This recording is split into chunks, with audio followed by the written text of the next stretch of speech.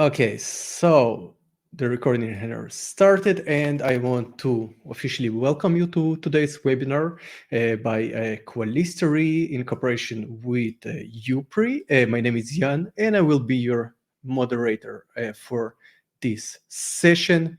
And as you are aware, this talk is titled Overcoming Data Logger Calibration Challenges in GxP Environments.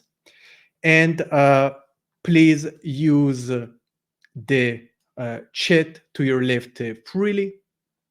And if you have questions, please then change the chat box to the questions to the Q&A. Okay, it's very important that if it's a question, please write it in the right place so we can later address it. And if you have questions to us as well, please use the question mark or send a private message to me as well if you have any issues. This session is planned to be up to 90 minutes, and at the end we will have also a Q&A at the end of the session. So please stick with us because the Q&A with UPRI is always fascinating. And if you stand till the end of the lecture, you will receive a free certificate of attendance sponsored by our event partner, UPRI. And we will send it to you within 7 working days. So if you don't get it, please email us, but wait several days, please, because it might take some time. And also make sure to check your spam folder because sometimes it lands there. And as you might be aware, at Qualistory, we aim to provide pharma professionals worldwide with freely accessible education and industry insights. And we managed to do it with the help of our incredible partners. And for this webinar, this partner is UPRI. And big thanks for them for partnering with us for this event. And a bit about UPRI, they provide automated and digital solution that enables the effective monitoring of temperatures and humidity. And that solution encompasses temperature mapping and data logger calibration, thus enhancing the overall control process. This allows quality professionals to complete all temperature compliance tasks quicker, confidently, and without mess. And the solution includes a patent-pending calibration technology that allows calibrations to be done in only a few seconds per data logger without replacing the logger with a spare. So that's very cool. And now I'm eager to introduce to you the speakers at today's webinar, Anja Lundin Jacobsen and Jakob Konradsen. So a bit about Anja. She has a background in biomedical laboratory science and has previously worked as a laboratory technician in clinical microbiology for more than 7 years. And she holds a master's degree in techno-anthropology. And today she works as a QA/QC lead at UPRI in charge of the daily operations in the company's accredited calibration lab. And our second speaker is Jakob Konradsen. He has a background in electrical engineering and has worked with quality and validation for his entire work life. And Jakob has a broad experience within the thermal validation and calibration field, emphasizing temperature validation of everything from temperature-controlled units to large-scale warehouses and transport vehicles. And he's passionate about finding solutions that balance regulatory requirements with a cost-effective and programmatic approach and a risk-based approach. And this is one of the reasons why he's the co-founder and head of quality at UPRI. So without further ado, I'm wishing you happy learning. So you can take the stage from here.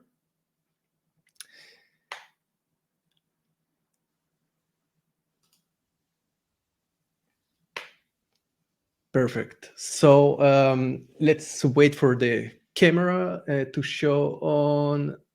Here is Jakob and Anja. Hi, Jan. Can you hear us? I can hear you well. Can you please confirm in the chat that you can hear and see the presentation, the slides is today's agenda.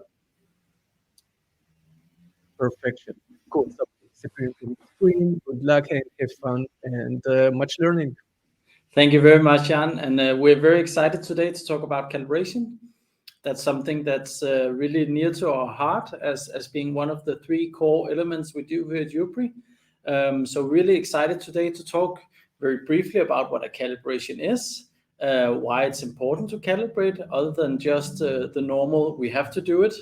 We will talk about how to choose calibration points and how to manage calibration points and other specific requirements in an organization.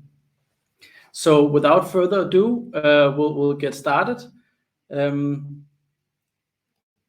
can see we're a little bit behind here. Yeah. So first of all, what is a calibration? It's very important to understand that calibration comes from the concept of traceability.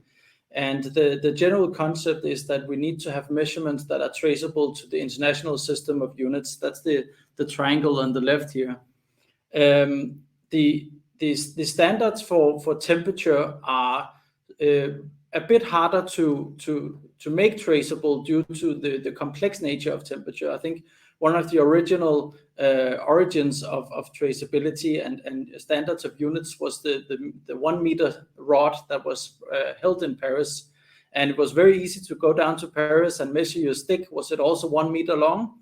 But when it comes to temperature, it's really difficult to keep a bucket of water that's 0 degrees. And then everyone comes and measures that because it's a very volatile thing. So today we determine our standards of units for temperature based on different fixed points. I won't come into too much detail. We could talk for hours on this topic, but generally use the freezing point of water, the boiling point of water, triple point, and we have several different elements that we use as fixed points for ensuring traceability.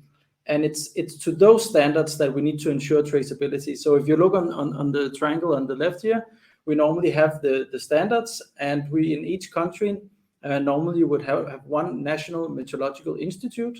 That could be as like in the US as like NIST. And through a chain of calibrations from the units normally held at the national meteorological institutes to accredited laboratories, you maintain this reference or traceability to these international standards of units. And those traceability go all the way from the calibration laboratories into the facilities and then transfers that traceability to the products. Because it's always products or samples or in other way sensitive units that we need to ensure are within specified limits. So often people's understanding sort of falls short in terms of the traceability goes to our measurement equipment. But that's actually not true. We want to transfer traceability to our products or sensitive assets. And this is what this triangle is supposed to show. So in short, calibration is the transfer of traceability from the standard points down to our individual products. So ensuring this traceability to international standards through a known reference. So of course we'll use some type of equipment to transfer this traceability from the standard units down, and each of these calibration will add some sort of uncertainty. That's one very important thing to keep in mind, that we're still trying to maintain traceability to the SI units, but that we also have some parts of uncertainty along that path. And we'll get back to that in a short while. So moving on here, in a more sort of factual or hands-on, what is calibration? Calibration is often performed in a medium, or it's always performed in a medium, I should say, in which we have both a reference sensor. So that is a sensor that we know is traceable to the international system of standards through a chain of calibrations going all the way back to the SI units. That is our best guess at, in this case, what is a correct temperature. So that is our best guess, and I emphasize the word guess because there are some uncertainties related to whenever you calibrate a reference sensor, that it might have some uncertainties related to it. So it's always a guess, but it's our best guess. The second part of a calibration is, of course, what we sometimes refer to as a DUT, or device under test, or even sometimes DUC, device under calibration. So that is the unit which we're trying to transfer this traceability to through a calibration process.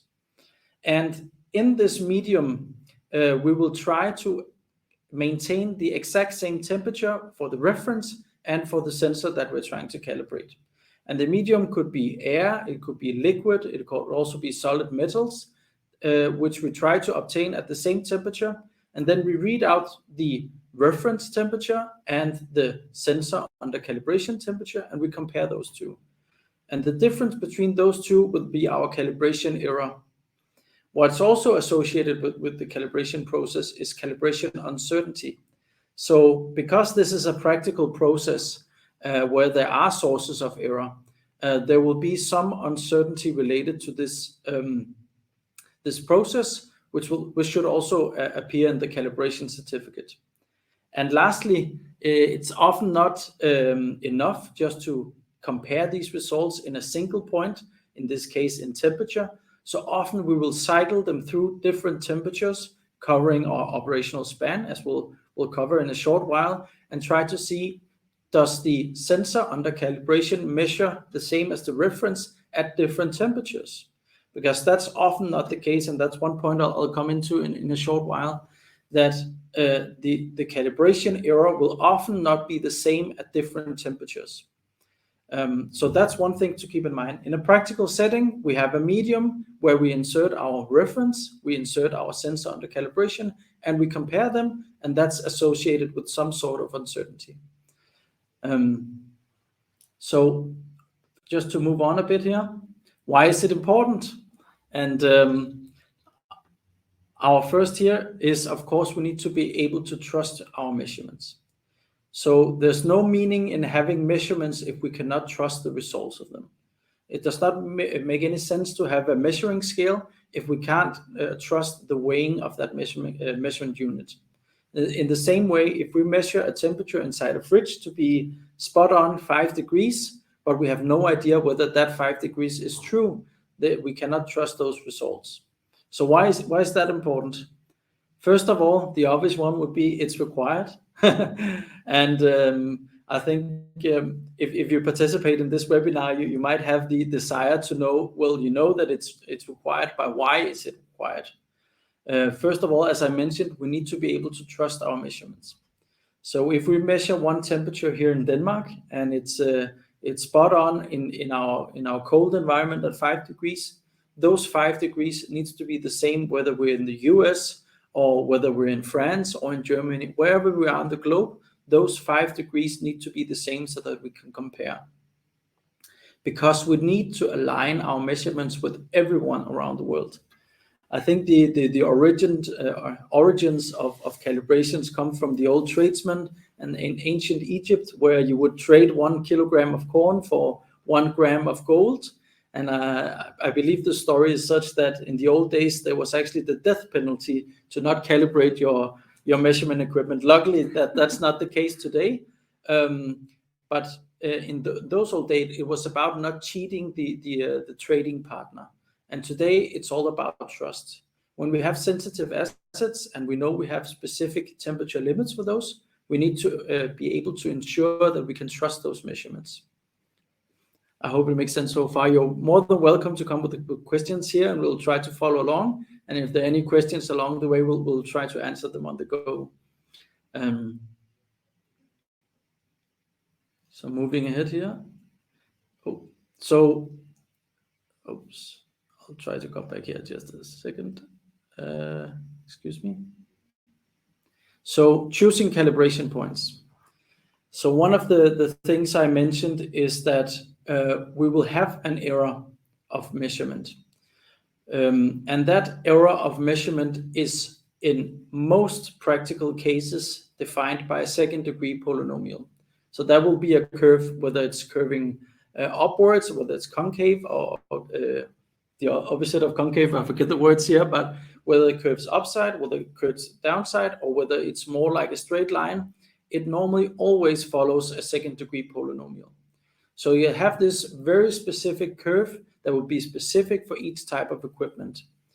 And of course, this curve, the manufacturer of temperature sensors will try to make this curve as flat as possible so that it is as predictable as possible. But that's the whole idea of calibration, that we will need to define this curve. So keep that in mind, that over the temperature span, the operational temperature span of a temperature sensor, the calibration error will be slightly different and will follow a second degree polynomial. So now we want to introduce the concept of acceptable limits. So whenever we have a process, we have defined acceptable limits for how precisely we want to be able to ensure that all measurements are within the acceptable limits. So I can already see now here there's some questions with 2-point calibrations and one in the middle. You're already getting ahead of us here, and that's exactly what we need to define here. I can also see there's another question regarding the calibration range. That's actually one thing we haven't mentioned here. But of course, we want to ensure that our calibration error is below limits within the calibrated range. So if you are to use a temperature sensor between 2 and 8 degrees in a fridge, as an example, the calibrated range would at least need to cover 2 to 8 degrees. One thing to keep in mind, though, is often that when we measure temperatures within the acceptable range, that is fine, but we need to account for measurements being outside our acceptable range. So normally a good example from a 2 to 8 degree fridge would be, rather than having your calibrated range from 2 to 8 degrees, would be to have it from 0 to 10 degrees, an example, so that you allow for some excursions, because often it's also really good to know how much outside those acceptable limits you have measured, and be able to trust those measurements as well. But getting back to our small illustration here, so we've introduced an acceptable limit, and this is the true acceptable limit. But our task right now when calibrating is to identify this curve. So we don't know this curve yet. So our first guess would probably be to say, well, I will calibrate it at the lower limit and I will calibrate it at the upper limit. And I hope that it's very clear that if those were the only two results I was given, I would not be able to see that this sensor was outside the acceptable limits.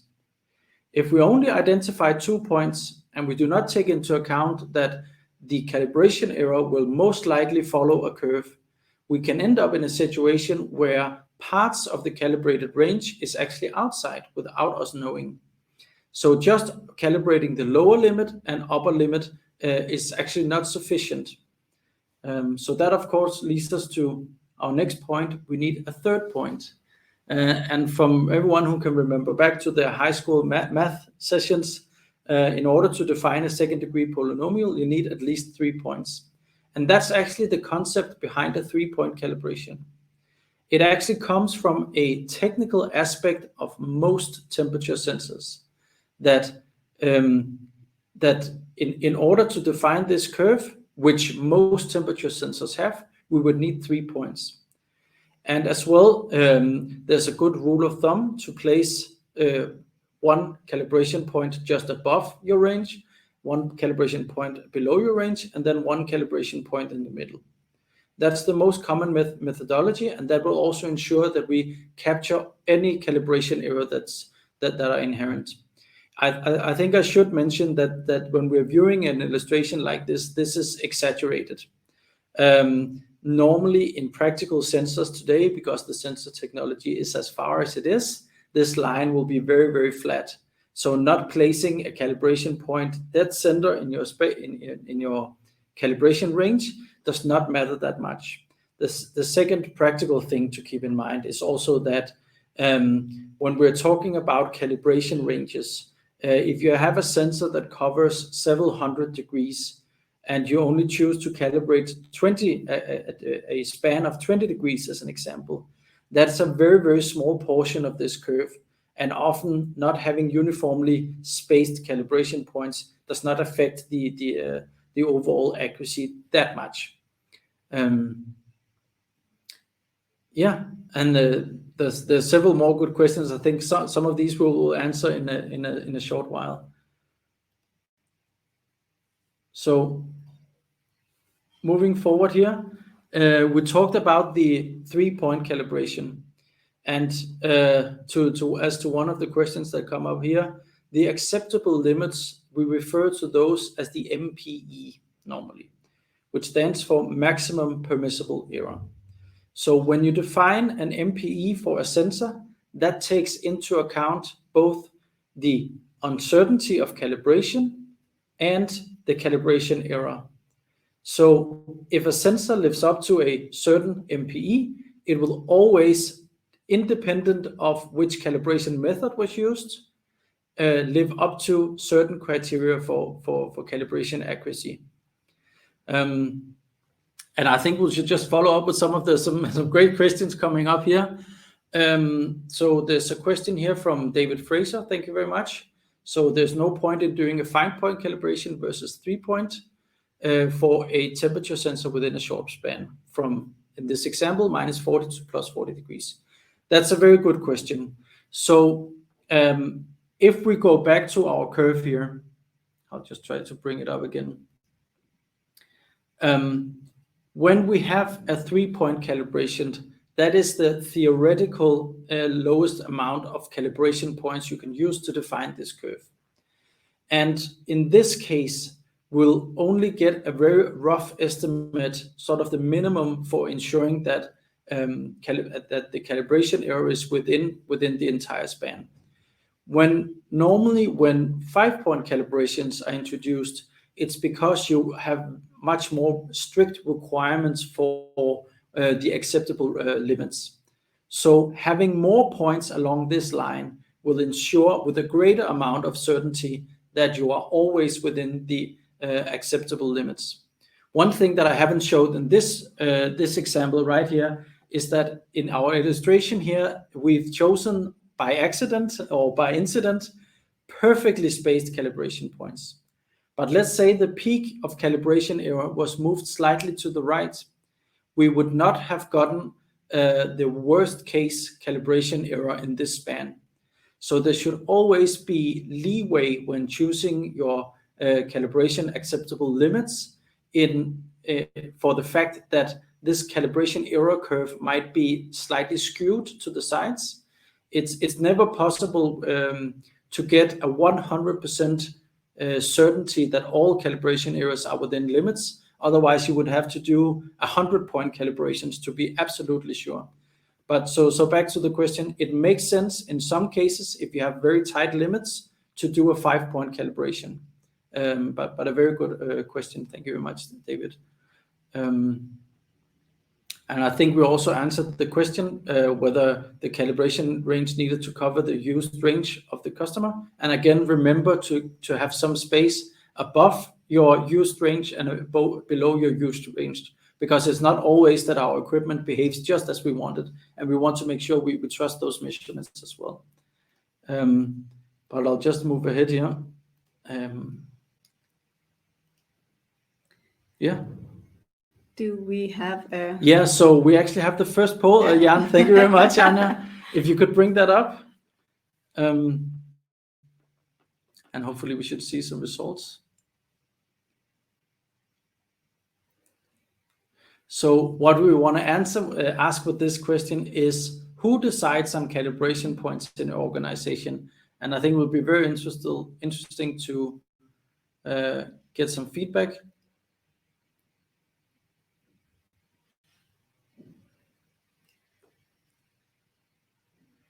So we have a lot of, and that leads us very nicely to our presentation here, actually. That we have sort of a majority of people having the individual labs or departments, and as well the central QA department. Yeah, because this is where I will start to give my 2 cents on this theme. Because I want to go from Jakob's themes here of defining what are calibrations and how do they actually impact our sensors and loggers, and on to translating that knowledge into how do we use that to manage our calibrations in our organization. So the first part is, how do we streamline calibration processes? So if you have a larger organization and you have 75 of the same type of fridges, for example, do you in each department define what the requirements are for these freezers, or do you actually harmonize what kind of calibration requirements you want for this type of freezer across your organization? If you do this, you would have a more effective approach, and it will cost you less, probably. It would also be easier to access these requirements, because they will always be the same across the organization. And you should make sure that you have the defined rationales that you can always access as well. Yeah. And maybe to follow up what you said there, and as we discussed before, that when an organization has a uniform approach to defining these requirements, it's also easier for each department to sort of be sure that those calibration requirements and those calibration points, as we'll get into, are uniform and based on the same rationales. Yeah, exactly. So every time you have an audit coming up, you don't have to invent the rationales again and again. You can go to the same set of defined processes that you have for your calibration requirements, basically. And then leads me on to the next slide as well, that when you have these, thank you. When you have processes in place, you can use these to both determine and to support these requirements that you set. So you have the MPE, for example, that Jakob went through before, where you have to determine what maximum permissible error can you allow in the environment that you need to log, for example, temperature in here. And you should also set your calibration points, which we discussed as well already. And you have to make sure that they accurately depict the range of, for example, again, temperature that you have in the process or in the location that you have your logger or sensor. You need to also have a requirement for which quality of calibration you would like to have. This could be a customer requirement, basically, or you could be from within the organization. So do you need it to be traceable, or is it absolutely necessary to have accredited calibrations along the line of equipment? Then you should determine the calibration interval, because a calibration is a point-in-time measurement, and everything in between is theoretically non-controlled. So you need to take a risk-based approach and determine how long can you allow in between calibrations, and how long of a non-controlled space can you leave for the exact process again, or place you have your loggers placed. Then you should be able to review calibration certificates. So when you have your calibration laboratory giving you these records of calibration, you should be able to see the requirements that are listed on this slide, except for the calibration interval. So you should be able to find out, okay, where is the MPE listed? You should be able to see your calibration points, and also if it is an accredited calibration, this would be visible on it as well. Yeah. So you have to, here we've talked about which requirements that we recommend that you definitely have defined. And if you have a management system that can take care of these requirements and that supports them and have processes for it, then you're very well dressed for the next theme that we're going into, which is getting calibrations audit-ready. But maybe we have another poll we should just cover before we move into that. So Jan, if we could get you to start the second poll, because definitely defining these requirements is something that we see a lot as a hurdle often in organizations, that the reasoning and especially the rationales behind choosing specific calibration requirements are not well described or based on a risk-based approach. But it will be very interesting to see here because this next part will focus on harmonization of calibration points across the organization. And we have some very interesting results coming in here. Okay. So based on these results, it seems that luckily, I would say that there's a very small percentage which do not harmonize calibration points at all, but that we have, of course, have a larger portion that sometimes do it, or everything is harmonized. Because that is definitely one of the things that we often see has a huge effectiveness gain. That if you harmonize these calibration points, it's not up to the individual departments to ensure that the calibration points are rationalized, that they are based on a risk-based approach, and that they have some sort of traceability back to standards or guidelines or centrally agreed upon SOPs. Yeah. But I think we'll pick it up here. Yeah. Yeah. So that feeds very nicely into the next topic of getting calibrations audit ready. And this whole idea of having your management system, having the processes defined around the requirements for your calibrated equipment, because you can say that your SOPs or the standard operating procedures are the first line of defense in case of an audit, because this is where an auditor can go in and look and find evidence that you have your risks already defined and you have your best practices already documented. Yeah. So there's a few areas I want to go into on this. So I will start with the resources here. And a good approach is to start off by asking yourself these questions. So resource needs are about equipment and people, basically. So do you have redundancy? If you can. Yeah, sure. In your calibration plan? So if you send a logger or a sensor off to calibration at your calibration laboratory, do you have a replacement sensor with a valid certificate that you can replace it with? Or have you made a risk assessment evaluating that it's not necessary because you have other equipment in the same area measuring? And also, do you have defined who's responsible for calibrations and certificates? And do you have defined and documented actually and recorded that these people have the competencies and the training needed to be responsible for these, which again, you can go on, feeds into the next area I want to cover, which is records. So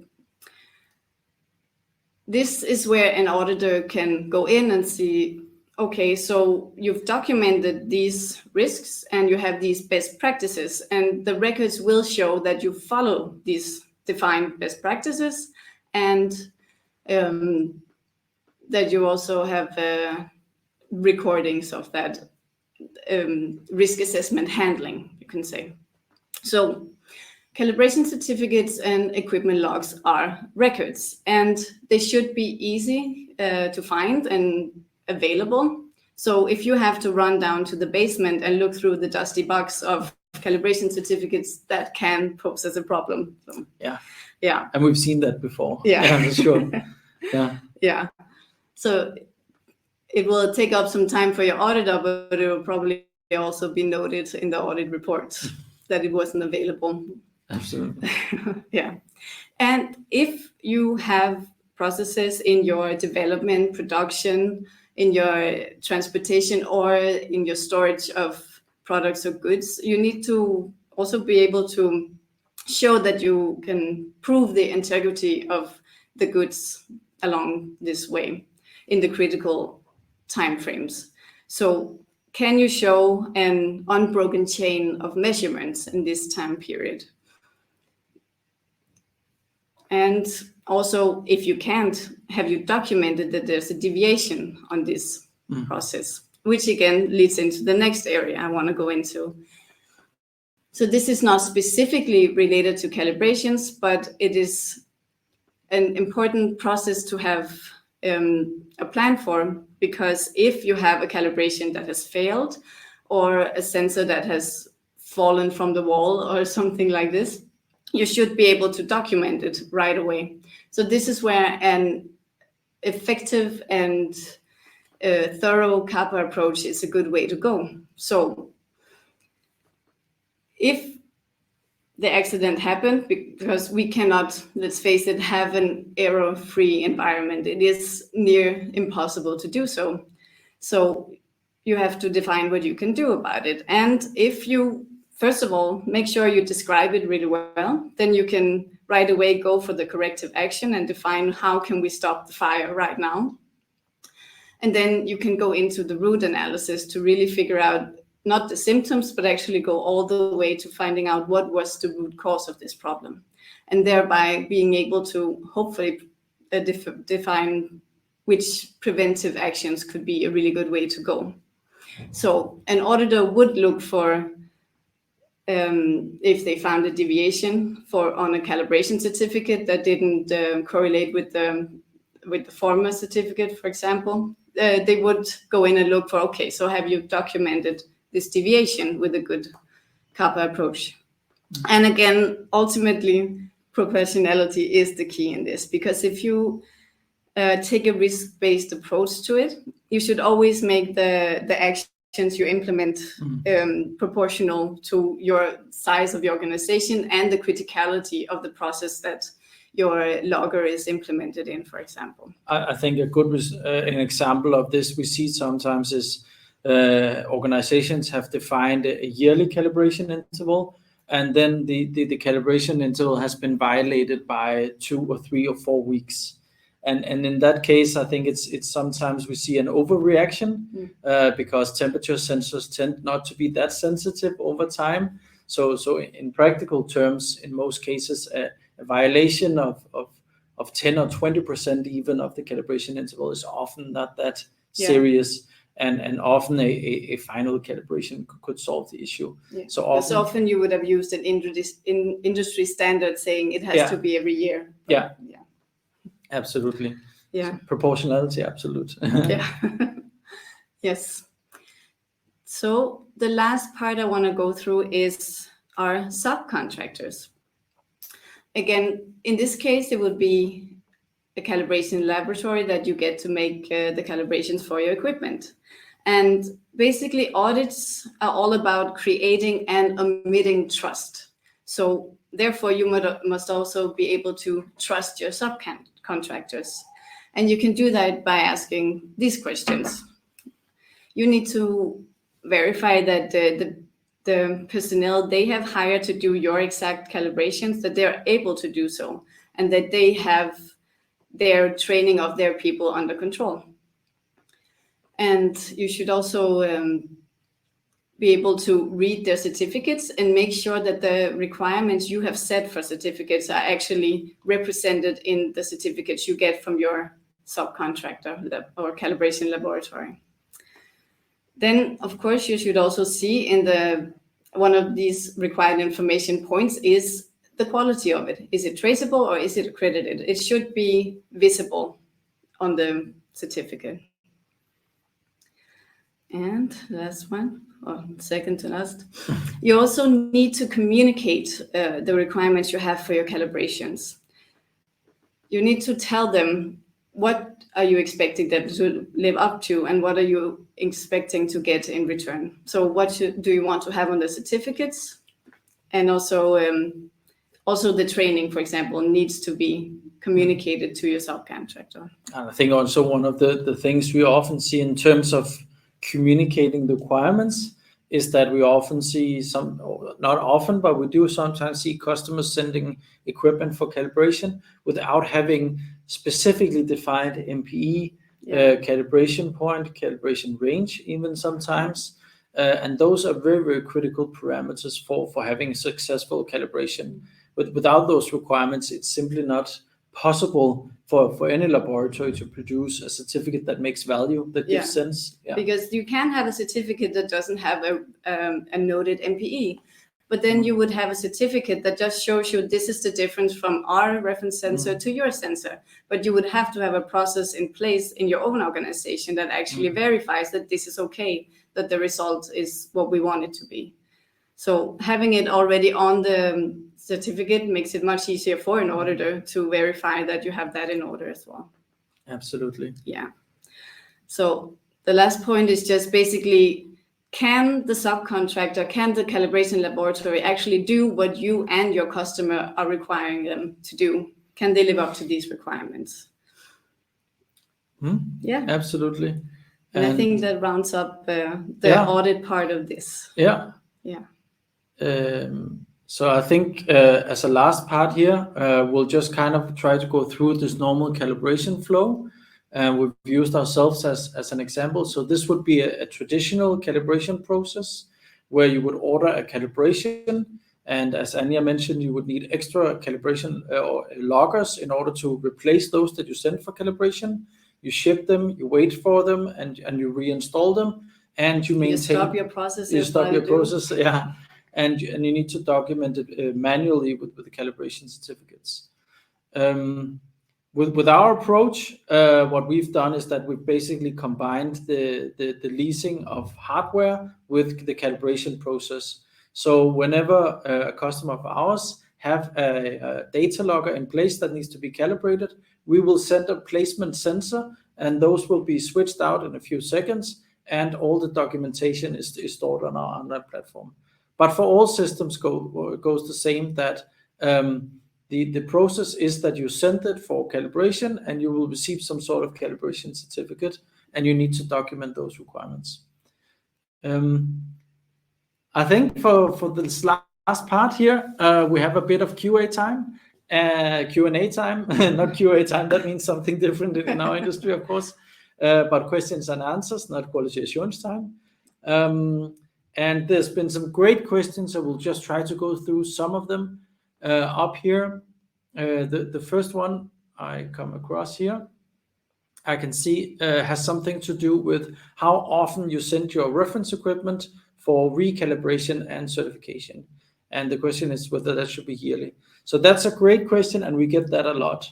So I think taking a step back and looking through the standards and guidelines, the only standard that really has any specific reference to calibration interval is actually GxP, where it's the European GxP, where it's stated that transportation loggers should be calibrated yearly.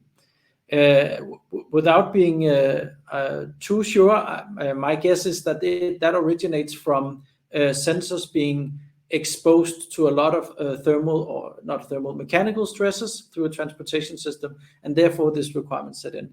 But the basic question you should ask yourself is, how big of a risk do I dare take? When we set our acceptable limits for how inaccurate our sensors are allowed to be, that's both at the time of start calibration, but it's also at the time of end calibration. So the sensors need to be accurate throughout their full life cycle. So the question you need to ask yourself is, how few data points in time can I keep up, or how few can I trust before the sensors will go out of calibration?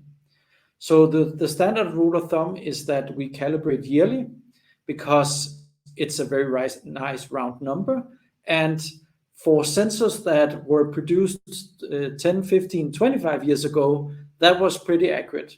Today, most sensors, if they're not being exposed to a lot of thermal stress and a lot of mechanical stress, will keep their calibration results pretty accurately for 2 or 3 or 4 years even. But the real question you should ask yourself is, how long time do I dare take a risk? Yeah. If you were to calibrate every single day, there would be a very high level of confidence, but there will also be very high cost, of course. So basically, you need to take a look at your requirements, your acceptable limits. If those are very narrow, your span should be shorter. And if those are very wide, your span can be, calibration interval, I should say, could be longer.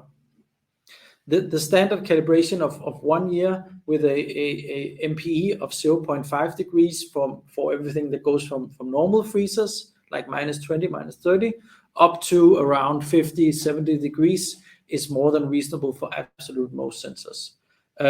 But again, it has to do with how much error can you accept and how much do the sensors drift. The most common reason for sensors being inaccurate over time is drift. and drift is normally introduced through thermal and mechanical stresses. So a nice standing still fridge should be fairly fine. Yeah. And you should already have taken the drift into consideration when you do your MPE. Yes, absolutely.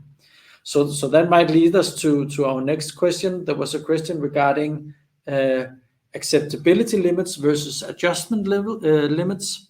That's a very good question. Specifically, when you own equipment, you are interested in it being as accurate as possible.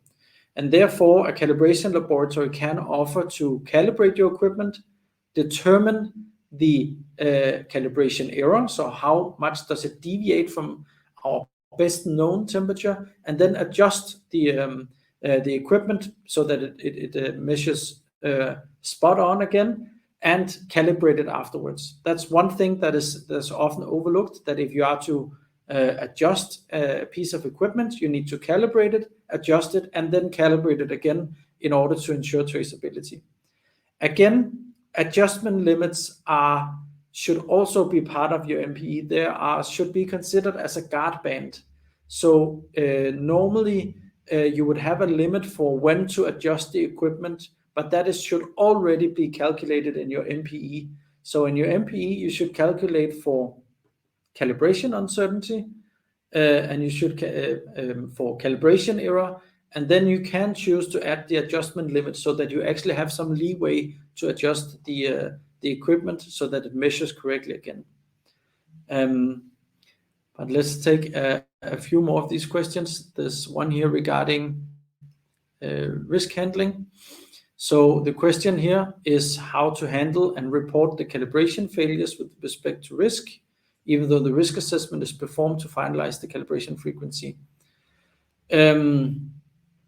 If I understand this question correctly, it's regarding calibration failures. So if we are to take a step back and look at what are the different types of calibration failures. First of all, there's a failure during calibration. That is normally quite easy to handle because you will just redo your calibration. And it should give you the same results, or at least obtainable results. The second part is a little bit more serious, and that has to do with, an example could be that you've calibrated your equipment, you've waited a year, and you've calibrated again, and it shows that the measurements are outside the acceptable limits. So what to do in that case? The first thing you could do is to get it calibrated at a calibration laboratory with a much better calibration uncertainty, because that will give you a more precise answer to whether you're outside your acceptable limits. In some cases, if the calibration uncertainty is high, and that has to be added to the calibration error, it will be outside your MPE. But if you reduce the calibration uncertainty, sometimes you're actually within.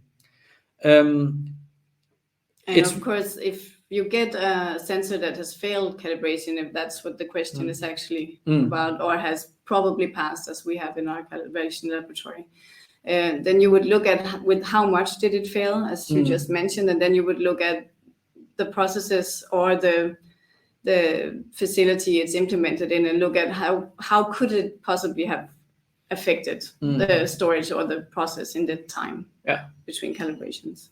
And it should, if you start having calibration failures where you get results that are outside acceptable limits, it's always good to introduce a guard band within your MPE, so that if you have a desire to stay within ±1 degree as an MPE, maybe do your calibration so that they are within ±0.8 degrees instead. That will leave you 0.2 degrees for any eventual failures. And we have a nice follow-up question here from Angel. Thank you very much. So the question is, what about having 2 different temperature probes monitoring at the same time for preventive failures? That's a very good question, actually, and it's something that we're quite involved in at the moment, utilizing smart sensor networks to try to see whether we can identify any sort of calibration errors along the way. And there's a lot of research being done at the moment to try and see, can we use more sensors? Today, the price of sensors has gone down dramatically. So the idea of introducing multiple redundant sensors is becoming real, and it's definitely something you could do. It's of course always a cost-benefit analysis. And again, back to the risk analysis. Yeah, absolutely. So what we do see some customers doing is implementing in a warehouse, an example. You would probably have something like 25-50 loggers. And when you do your monthly trend analysis on temperatures, do you identify any sort of outliers? And could those outliers be used to identify any sensors that have drifted outside limits? I see we're getting some more questions here. There's a question regarding UV spectrophotometer. We do not actually know anything about that. I'm truly sorry. We are here in UP, we mainly work with temperature, relative humidity, differential pressure, and CO2. Those are the environmental factors that we deal with. So sorry for that, Priscilla. And let's see if we have some more here. So there's another good question. So maybe I should mention there's often when we do these kind of webinars, there's a lot of vocabulary that sometimes gets interchanged, and it dependent on different regions. So there's a question here whether the acceptable limits includes the tolerance limits, and how are tolerance limits determined or considered as acceptable. So in our terminology, acceptable limits and tolerance limits are the same thing. Again, no matter what words are used, the guide to uncertainty of measurements, which is a standard that's freely available, defines the MPE as the maximum permissible error, under which the calibration error and the calibration uncertainty should lie. So again, if we take a practical example, just to make it even more realizable, maybe, if you have a calibration uncertainty of 0.2 degrees, and you have a calibration error of 0.1 degrees, that leaves you a total of worst case 0.3 degrees off, because we're not able to determine by statistical analysis that with 97% security that we are within 0.3. If you have an MPE of 0.5 degree, those are within. But if we take the same example and we have a calibration of uncertainty of 0.2 degrees, and we have a calibration error of 0.4 degrees, those 0.6 degrees are outside our 0.5 degrees acceptable limits. So again, each time you choose to add in either tolerances, some call them guard bands, or adjustment levels, that will shrink down your MPE levels.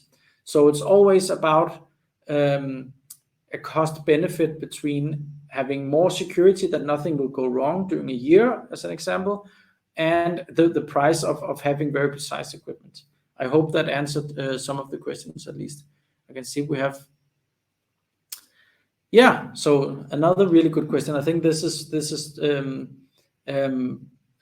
directly aimed towards you here, Anja. So how can we assess and check the competency and proficiency of personnel of calibration bodies for our confidence and satisfaction? Yeah. And I think this leads up to accreditation and ISO 17025. Yeah, well, this is a really good question, and this is where for our ISO 17025 accredited laboratory, you have to manage your suppliers basically.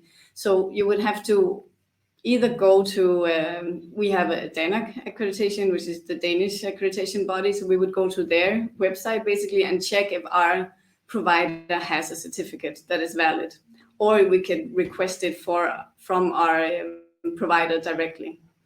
So that certificate should prove that a third party has been to review that the calibration supplier has their competencies and trainings in order. So if it's not something you are able to go and audit yourself, you can use the certificate, the accreditation certificate instead. I hope that answers it.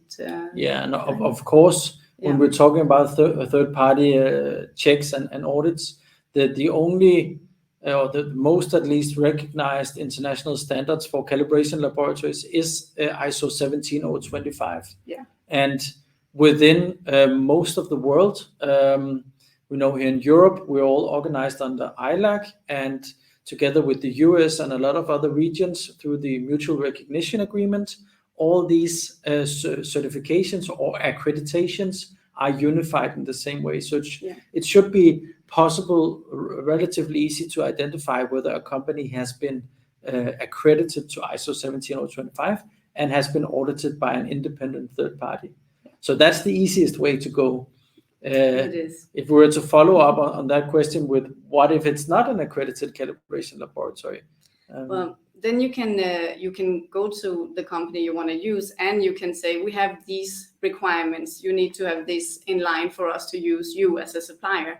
Then you can ask to audit the supplier, and then go for yourself and make sure that these exact requirements are in order. So that is also an option if it's available. Absolutely, and just to follow up as well, the ISO 17025 standard is in very basic terms ISO 9001, but with a technical element.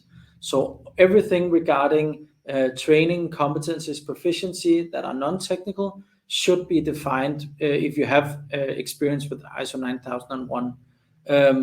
Of course, the thing is often that it's difficult if you do not deal with calibrations yourself to go and audit someone in terms of their technical competencies. But that's why ISO 17025 is such a nice framework to audit from. So let's see there's a lot of really good questions here. So there's a question here about how you recommend dealing with equipment working outside of its MPE. So again, going back to the questions, of course, if it's a piece of equipment that you're about to use, we would not advise using it. The thing that can be done, as we mentioned, is adjustment. So you can adjust equipment so that it falls again within the MPE, but never start working with equipment that's outside its MPE unless there's a very good immediate or intermediate reason to do so. Again, if we're talking about equipment that has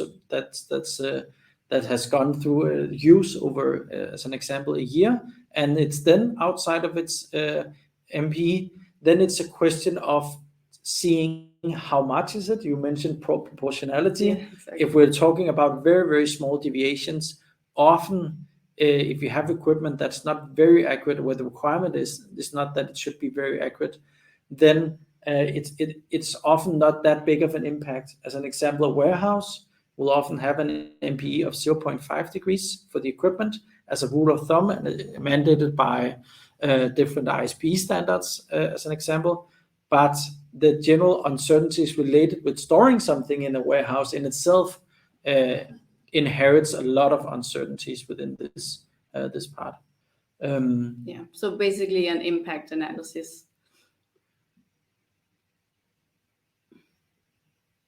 Let's see if so there's a really good, I think we didn't mention, but we're having some construction work here, so I think we're about to reach the end of our Q&A time. We're cut a bit short here. I'm truly sorry about that. But just for the last questions here, so very good question. What is the difference between traceable and accredited?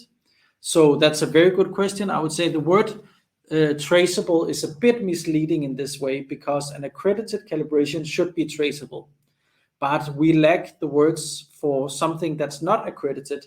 So actually the terminology should be accredited versus nothing. So going back to what you talked about before, Anya, an accredited calibration laboratory has been assessed by an independent third party towards ISO 17025. That's the very short answer.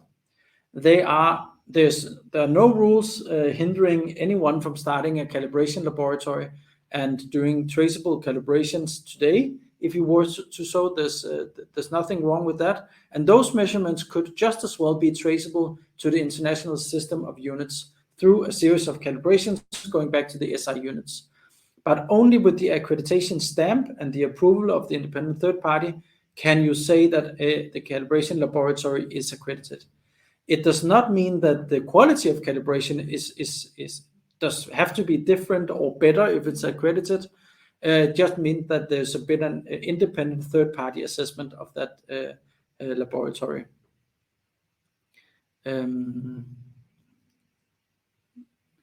Let's see here.